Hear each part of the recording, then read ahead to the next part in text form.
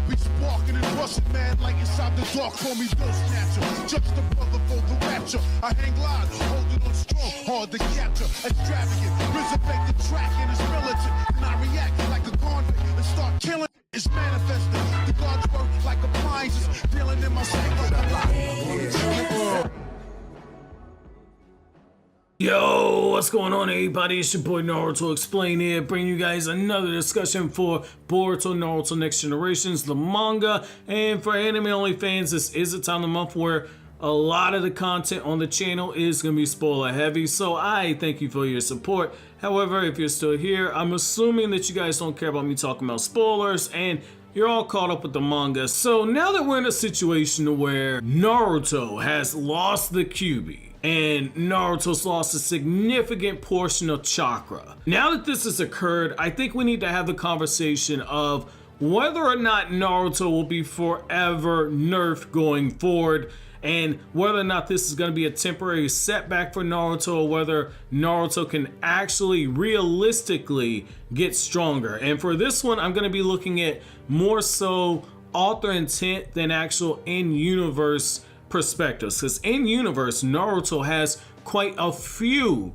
ways that he can actually improve himself and make himself even deadlier than he was when he had the Kyuubi's chakra, which I've done an entire video called Fixing Hokage Naruto, which I recommend checking out if you want to go over some of those examples. But for this one, I want to kind of focus more so on narrative intent, because I think that that's ultimately where the most important part of this conversation is going to be. So I do think on a scale from 1 to 10 that Naruto being forever nerfed, quote unquote, I feel like that's probably at an 8 right now. That's something I think a lot of people don't want to hear. However, I think it's more so at an 8. I give it an 8 out of 10 because there does exist the possibility that during this time Naruto trains to make up for that lost chakra pool that he gets from Kurama, and that lost quote unquote superhuman ability he gets when he goes into his Kyuubi chakra mode. Because Naruto is smart enough to know that, like, look, you know, I fought against Delta.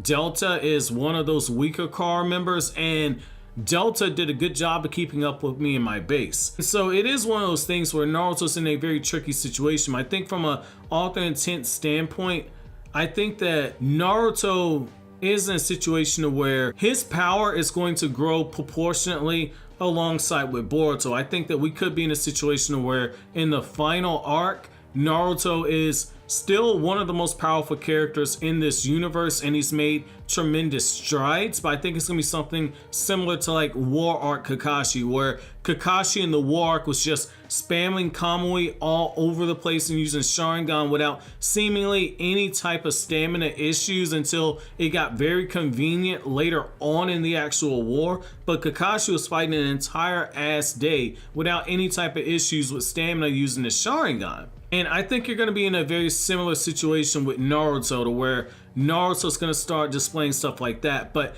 the reason why I think that this is probably going to be something they do for later on in the actual story, it's going to give Boruto the opportunity to make use of a body that is 80% Otsutsuki, and Boruto's going to go through whatever power-ups he needs to do. Same thing with Sarada and Mitsuki. It's going to be one of those things to where Boruto, Sarada, and Mitsuki are going to be powerful enough to where they're holding their own in a battle and they're not a liability. Just as Kakashi struggled to stand and walk after teleporting a Susanoo arrow at point blank range in the 5 Kage summit, and then in the short period of time after that where the war arc takes place, Kakashi's Kamuing everything left and right like there's no problem to it. I think Naruto's going to be in a very similar situation there. I think right now this is something that's being done to help put Boruto in this new generation in a situation where they start taking those progressive steps towards actually getting more powerful and dealing with some of the threats, and they actually grow through the actual conflicts that occur. Because Naruto at this point in the story was so powerful that any real conflicts that happened, Naruto was the one that actually had to go through and do the heavy lifting on the battles, unless you had an isolated situation like with Boro. And even then, Naruto was on the battlefield, Naruto was just unconscious and sealed away. And once Boruto Shiki took over, Boruto Shiki had to absorb some of Naruto's chakra in order to be able to take out Boro. And so Naruto, even without actually lifting a finger, his mere existence was enough that it turned the tide in battle. And so I think that this is a good way to actually start raising the stakes for the actual story and allowing Boruto to go down the route of what you typically get with a battle shonen protagonist, where the conflicts and struggles that they go through, the training, that's what you're going to get for this character taking those next steps forward. I think at the end of the day, Naruto is going to regain a huge chunk of that power that he lost, and I think he's going to play a critical role in the battles with the Otsutsuki clan going forward. But ultimately, this is going to be Boruto, where Boruto takes over that mantle. And because Naruto's been depowered in this way, this was realistically the only real way that you could actually do it. Because if Boruto can't catch Naruto even after getting 80% Otsutsuki DNA in his body, Naruto's too powerful. Naruto's too powerful at that point. And so I think that this was something that was a realistic way, because now Naruto's been brought down several levels, and now Boruto's in a position where Boruto can actually, I wouldn't say surpass his father, but actually take up his father's will of fire, if you will. And I know that that's something that probably sits in a lot of people's mouth a bad way, because we watched Naruto work so hard to gain this power. That would like be seeing Goku struggle so much through the Dragon Ball story, all the trials and tribulations of early Dragon Ball, everything that you saw in the middle portion of the series where you got to the Namek Saga and you see all the progressions of Super Saiyan, and then you get to the Buu Saga and all of a sudden Goku can no longer use Super Saiyan.